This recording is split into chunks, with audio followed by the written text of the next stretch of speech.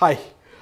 So what we are going to talk about in this session is about Sitecore Commerce. I'm going to give you the brief overview of Sitecore Commerce, and then we are going to talk about how to develop in Sitecore Commerce, because there are certain things that are going to change from the usual Sitecore development. So we are going to briefly talk about that. Before we begin, I just want to understand the people in the room. How many of you have heard about Sitecore Commerce, or try to find out more about Sitecore Commerce?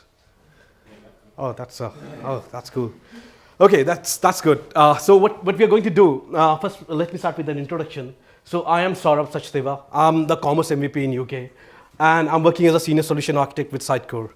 So recently joined Sitecore. Before that, I was working with different partners and consultancies, and I've been working in Sitecore Commerce since the version 8.2. And I'm not sure whether you've tried installing that. It was a pain, but it has improved a lot in XE9. So, Sitecore Commerce, we are going to start by giving an overview. I'm going to talk about the basics of commerce so that we are on the same page what we are talking about when I delve deep into the technology, how to develop for that. I'll talk about setting up commerce. It's basically piggybacking on the SIF, the installation framework that Sitecore provides, and we have got a similar script for XE9. Touching upon developing for commerce, I'm going to talk briefly about how you can extend the commerce functionality. We're going to talk about the opt-in complexity that it offers.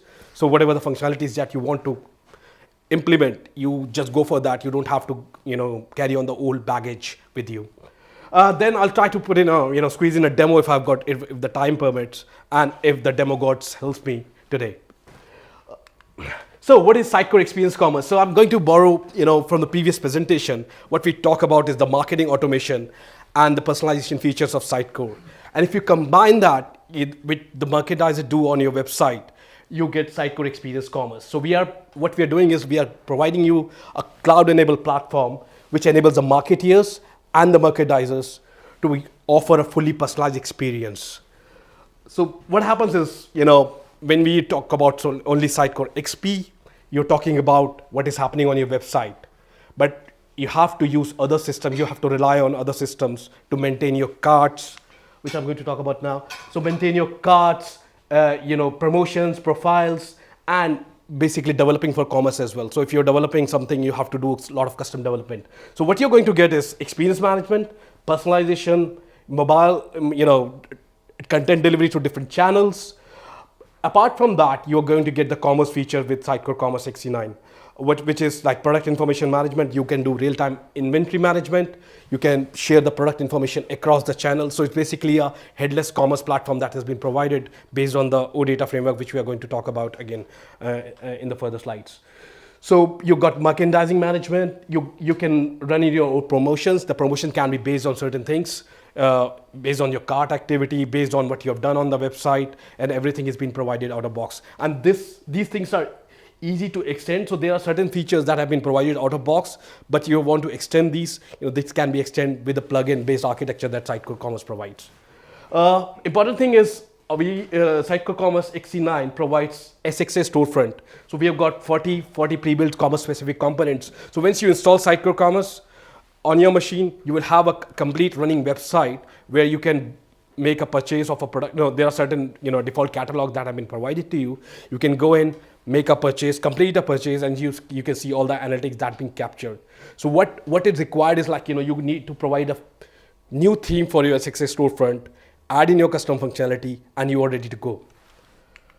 So features. I'm going to briefly touch upon the features. And before we get on the feature, I'll briefly talk about BizFX tool, which is being very useful for the merchandiser who are going to manage the products on your website. So this is the interface that has been provided by Sitecore and built on Angular 4. It's been, basically goes without saying, it's data driven and easy to extend. So again, Sitecore, this model is based on the plugins that Sitecore provides, and we are going to show, I'm going to show you how to configure the plugins as well. But these are the basic features that have been provided out of box. And given that we have got an opt-in complexity model, you can extend this with the features that is specific to your business. So if you want to do anything extra out of here, you can easily extend this. And all this is being federated authentication provided by identity server that Sitecore provides as well. So everything is being authentic. You can configure your roles. You can we are going to talk about the services. So you can you can basically allow those roles to access those services, and is being kind of federated by a identity provider that we are going to talk about.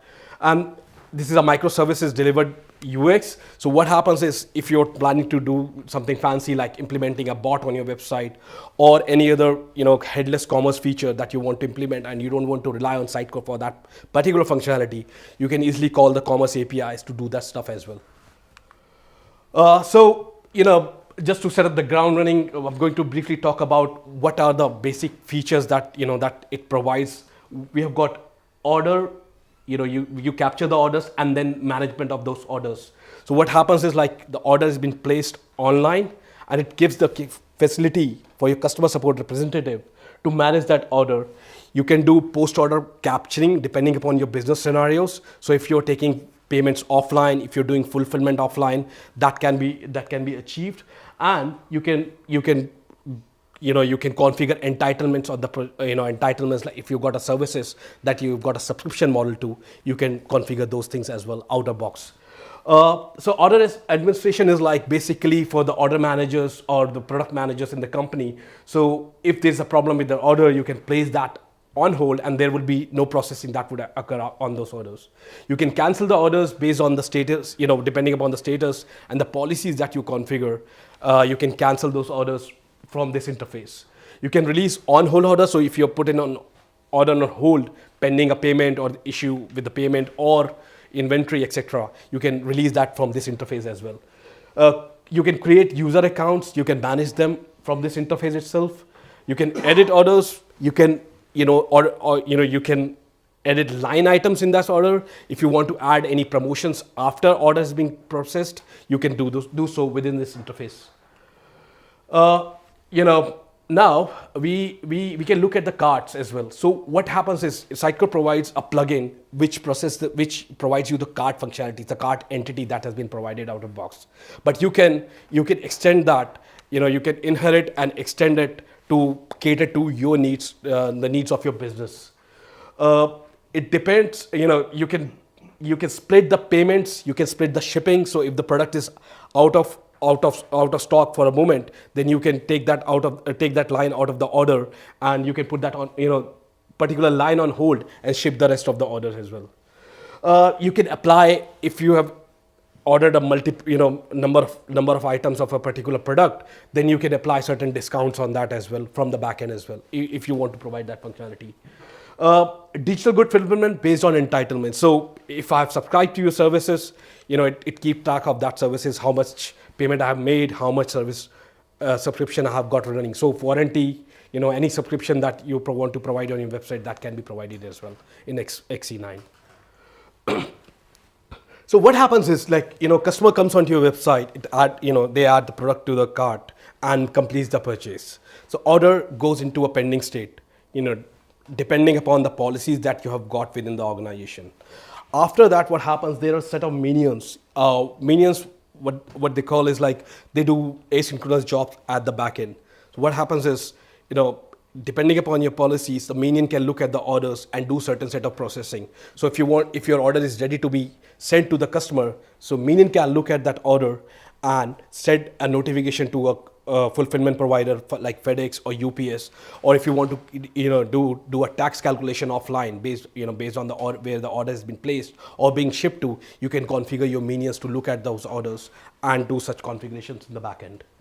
So, and then it identifies and monitors the completed order if you want to do any post-processing after that. So if you want to send a notification or that order has been shipped or completed, you should be able to do that. So it sends out the notification back to Sitecore, and then you can capture that notification and put the customer into a particular state in the engagement plan.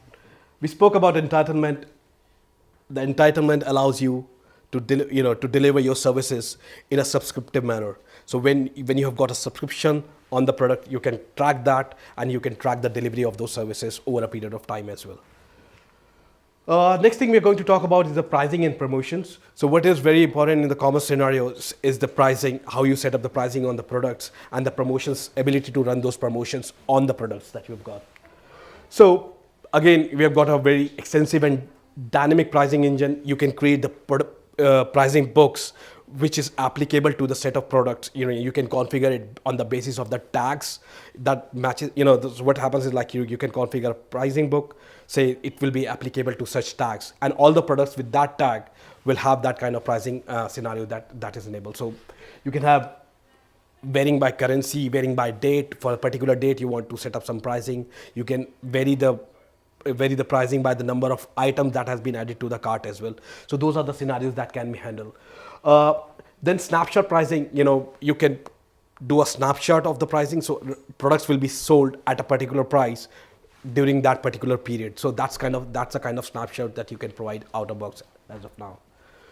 You can always extend your functionality, the pricing functionality, using the plugins. So anything you want to do with Sitecore Commerce, you do through plugins, just to keep it kind of maintainable, modular. And if you want to do a version upgrade, that would be easy to do afterwards as well. The next thing is like you have the workflows, the Sitecore workflows. You must all be aware of. You get the similar capabilities in Sitecore Commerce. So if your content or merchandising manager or product manager is writing down a promotion, that can be put through a workflow for approval. And once that's been approved, that those kind of pricing would be applicable on the website. It's a similar way, we have the content at the front end.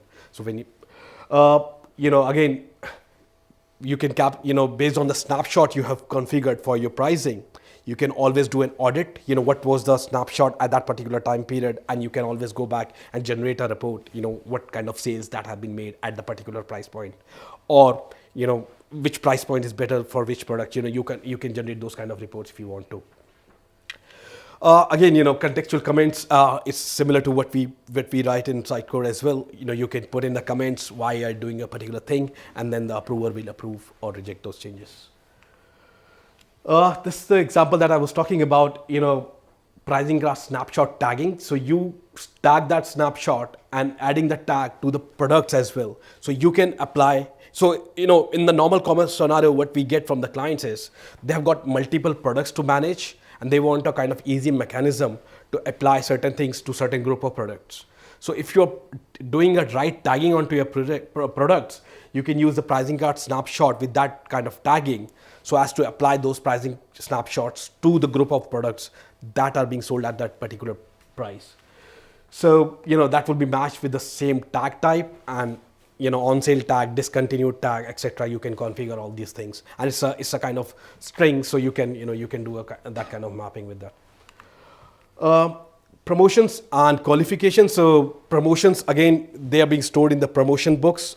Pricing book prices are being stored in the pricing book. So it's a logical separation. Book can contain one or more promotions. So if you're running a promotion on your website,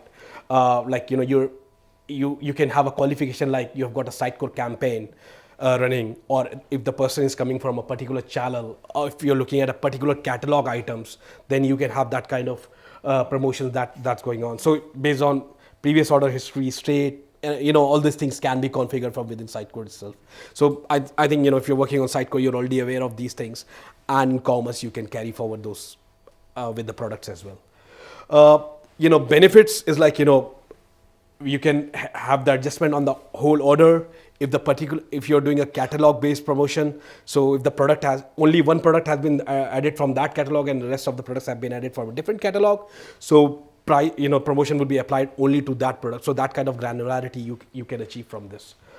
Free gift with purchases, and all these typical commerce scenarios you can capture and implement. Some of most of it has been provided out of box, but you can extend this to cater to your needs.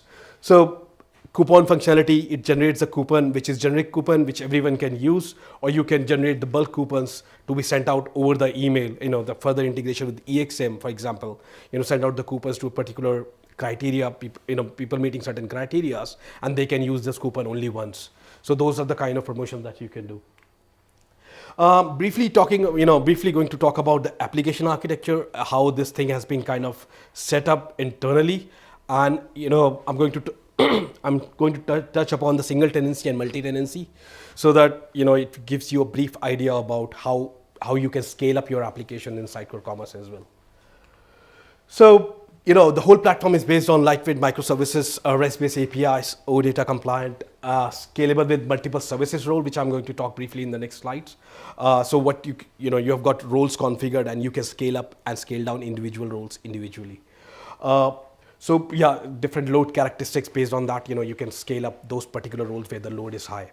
The architecture, basically everyone wants to go with a deployment less architecture. So you want to minimize the deployments. So if the certain policy on your store is changing, or if the global levels overall shop is changing, certain policies are changing, these policies are stored as like JSON files, and there's a process which is called bootstrapping, which moves that policies into the database. So you don't have to do a deployment for it. You just have to bootstrap that environment, and you will have the new policies set applicable to your global environment or shop level environment. So we can configure those things which environment level we want to apply the policies to as well. We've already spoken about the BizFX tools and the minions. So these are the asynchronous service agents which can be used to do any repetitive job that you want to do on the website. Underlying stuff is based on .NET Core, Microsoft latest and greatest framework as they call. Then OData, all the data is exchanged using industry standard OData protocol, and I think we have touched upon briefly on this topic in the previous presentation. It's just that you can, for the developers, you can discover the contract the services kind of offers, and then you can call the services. So it kind of gives you that kind of flexibility. So what this is Commerce, Sitecore Commerce XC9. What driving, what's the engine, what's the engine for this? So what they call is a commerce engine. You can provision multi-tenant and multi-environment for any modern development needs. We talk about like scalability, agility, and high availability. You can extend the business processes, management experience via plugins, and I'm going to show you an example of a plugin after this. You have got a centralized policy management, which I mentioned briefly. You've got JSON files where you can configure your policies that can be moved into your database. And that way you can reduce your deployment footprints. You've got multi-tenant policies. So environment-specific policies can be deployed individually of different environments as well. So how it works is like, it has a global level policy, then environment level policy, and the shop level policies as well. So if your shop is set up in a particular tax structure, for example, so that can the different taxation rules can be applied to a particular shop based on the tax policies that you configure that particular, and rest of the shops can operate under the global policy as well. So those are the kind of flexibilities you get from it. Again, the minions, they are everywhere.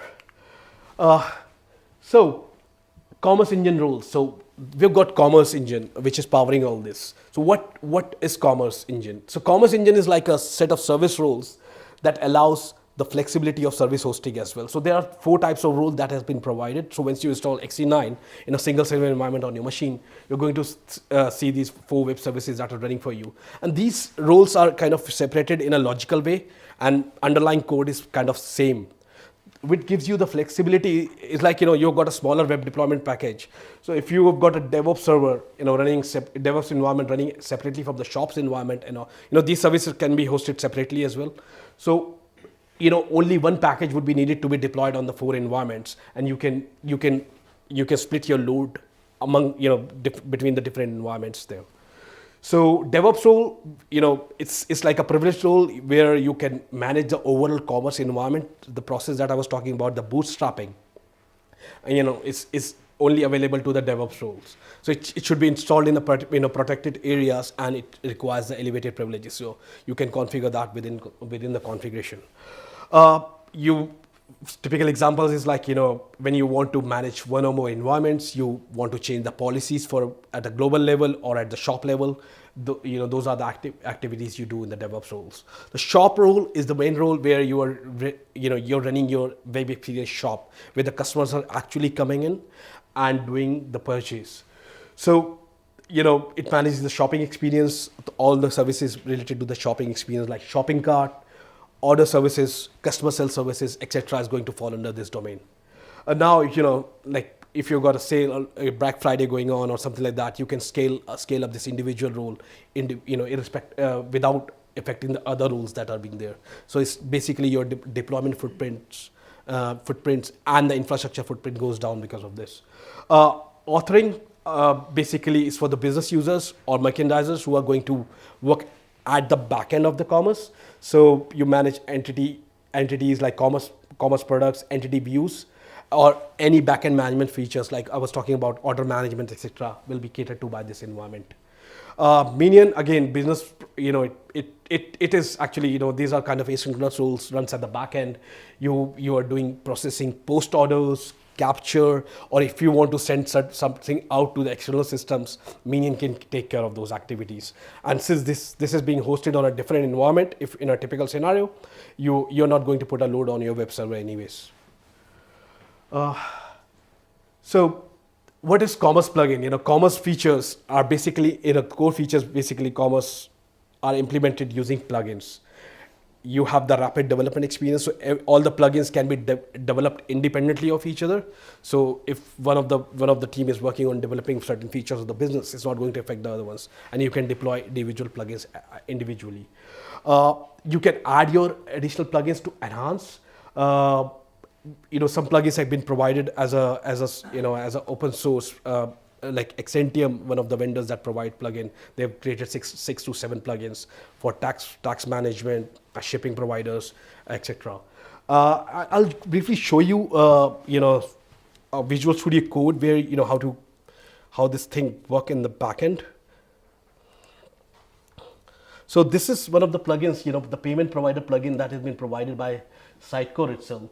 So what happens is, there are certain set of plugins that have been provided. I'm going to specifically talk about are you able to see that at the back, now? I'm not sure whether I can increase the size here, but. So basically what happens is, you're not modifying the code, you are just injecting your plugins into an appropriate place in the already executing pipeline. So what happens is, base configure Sitecore. Yeah. So what happens is, you identify the pipeline where you want to insert a payment provider. So if you got a payment provider and you want to insert that into an already executing model, what happens is you identify that I want to it's an interface token get client token pipeline, and after that you will add your block, your custom processing that you want to do.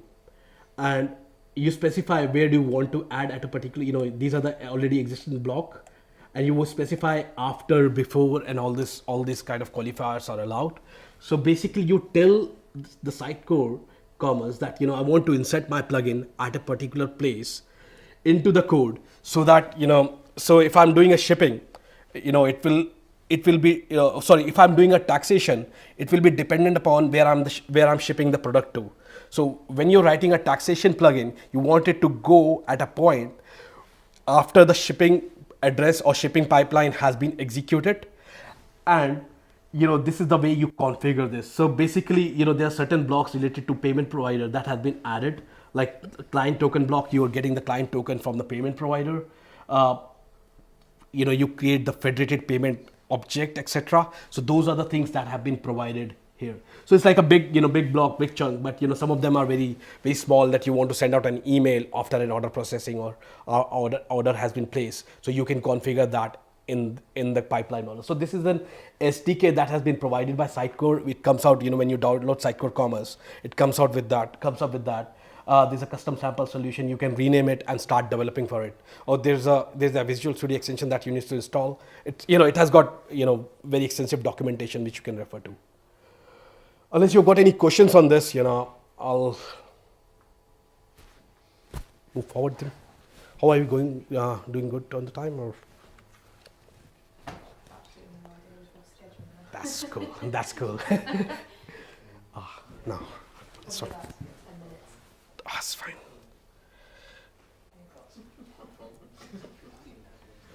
One thing, it's not working on my machine, but I would like to give you an idea of.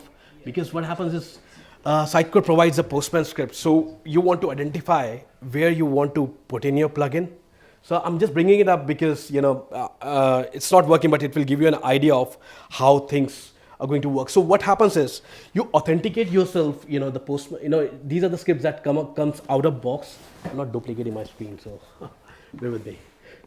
So you authenticate yourself with the federated the get token. So you get a token with the identity provider that Sitecore installs, and then you're good to go. You can call all these APIs to, for example, if you added a new service and you want to test that, so you can do that through this Postman interface, where you can call those APIs which you have just created and see the outcome of those APIs. And there's a, let me, what do I do? Where's Postman now? Sorry. You zoom in a bit on that screen, it's a bit small over here. Oh, okay. Let me try that,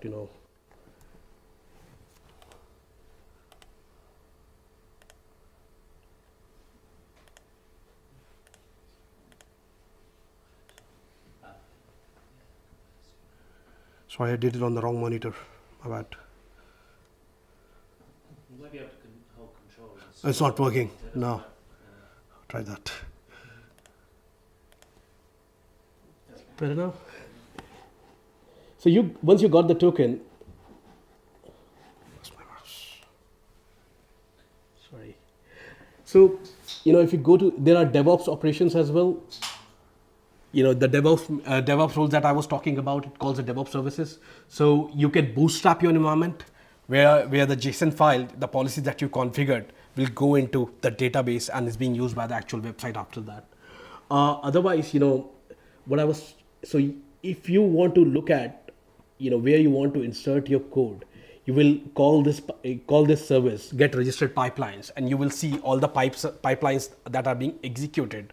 And you can look at it and you can find out where you want to insert your plugin. Like I showed you when we configured Sitecore in the Visual Studio, you can identify that place using this Postman, or you can refer to the log file which contains a log of all the executed pipeline as well. So those are the two ways you can find out where you want to insert. So it seems like there would be like some major integration points that might come out of the box, like like payment providers, Yep. or like order fulfillment things. Does it come with that, or are those things that are all written manually? Yeah, so payment provider, one of the example with Braintree, which is a payment provider provided by PayPal, is out of box. But you can use that too, because what happens in the typical commerce scenarios, and Sitecore decided to go with the opt-in function, opt-in complexity. So no one needs all the commerce features. You don't want a bulky commerce system and carry on maintaining those features which you don't use. So different vendors use different fulfillment provider as well. Somebody prefers FedEx, UPS, or Royal Mail, whatever you want to. So those things needs to be, that was a cautious decision that this will be developed by the partners, developers, or it will be open source, and some of them are already available through nuggets from the partners like Exentium. If you look at Exentium GitHub repository, you will see 9 plugins that are already there. So they are integrating with Avalara text provider, they are integrating with FedEx, and there are a few things that they are doing. So those things are available already. So so typical scenarios are covered, but for these kind of scenarios where the vendors, where the partners prefer their own providers, that's not been provided by Sitecore. So these things vary by implementation. So there's no point. Are we good? Or let me go back to the normal thing. So infrastructure architect, the image has been chosen is not looking at infrastructure. So infrastructure architecture is basically, I'm going to talk about the deployments, how the deployment happens in Sitecore Commerce, Experience Commerce. Again, if you worked on Sitecore 9, it's based on SIF framework, the similar scripts. You configure some parameters on that script and it's ready to go. Most of the issues that come up is like, if you haven't got the right version of the underlying software installed, or any packages that these are the prerequisites, any paths mismatch. So, it takes like 50 minutes if you have got the configuration right to install the whole commerce experience. And you will get a kind of running website where you can go and add product to the cart and make a complete purchase in a sandbox environment. So fully supported scripts. You can use this, and it's like basically SIF. The basic fundamental of SIF is like it allows you to add more features in your deployment model as well. So you want to do extra things, you can modify the SIF scripts to do that, PowerShell scripts to do that. How it all pans out, from the infrastructure point of view, if I'm looking at normal, typical development environment, you will got a storefront hosted on the CD, and then the commerce engine hosting all the policies and the shop environment into a single instance. So, in terms of IaaS, it will create all 4 roles in the IaaS as a service, and then there would be 2 more, which is Sitecore. It's going to use the same Sitecore 9 website, but it will create an identity server service as well in the IaaS. So that's the typical footprint that it, and then it adds 2 database, global and shared database for Sitecore Commerce as well. Multi-tenancy, you can scale out different services. Basically, in this diagram, we are scaling the storefronts, but you can actually scale out the different services on the different roles, web roles, if you're doing the Azure model, or if you're doing the typical IaaS, you can create virtual machines to host those things. Bootstrapping, I briefly touched upon that. It's just the process of moving the JSON into the database. So if the business users come up with an idea to change a policy for a particular storefront, or at the global level, you use the process called Bootstrap, and it reads all the data from the environment folder and move that into database, and you can delete the JSON file. It's not being used after that. So the reason to provide is like just to save you from doing a proper release to do all these things. So I wanted to show you the demo of the XXA storefront, but I think we are running short of time. But some screenshots, and I think this is the last topic that we are going to cover today. So when you done with your installation, you're going to be greeted by not SXA storefront title, but now it's time, and all these things are being kind of will be available on your website. So what happens is, and if you're familiar with SXA on Sitecore, so it provides you drag and drop interface to drag your commerce component on the page and create the landing page, listing page, etc. Using the drag and drop feature of SXA. You've got 40 pre-built commerce specific controls with the SCXA, Sitecore Commerce Experience Accelerator. Commerce specific XConnect integration, including 43 page events, 4 goals and 2 outcomes. Like in the previous session we covered, there are certain set of items that have been provided, but this will add more to your kitty when you install Sitecore Commerce. 3 marketing automation plan, like abandoned cart, for example, is available. So if somebody added products to your cart and they left the site, you can that will be added to that plan, and you can follow up with those users and add like additional promotion, additional discount, and load them back to the website to complete the purchase. So those are the things that can be achieved here. Again, this is the homepage, complete end-to-end B2C shopping experience. You just need to kind of modify the catalog to replace it with your catalog, and you have got a website running where you can complete the purchase. Built entirely using SXA storefront. All the controls have been provided to you. You can extend, modify, etc.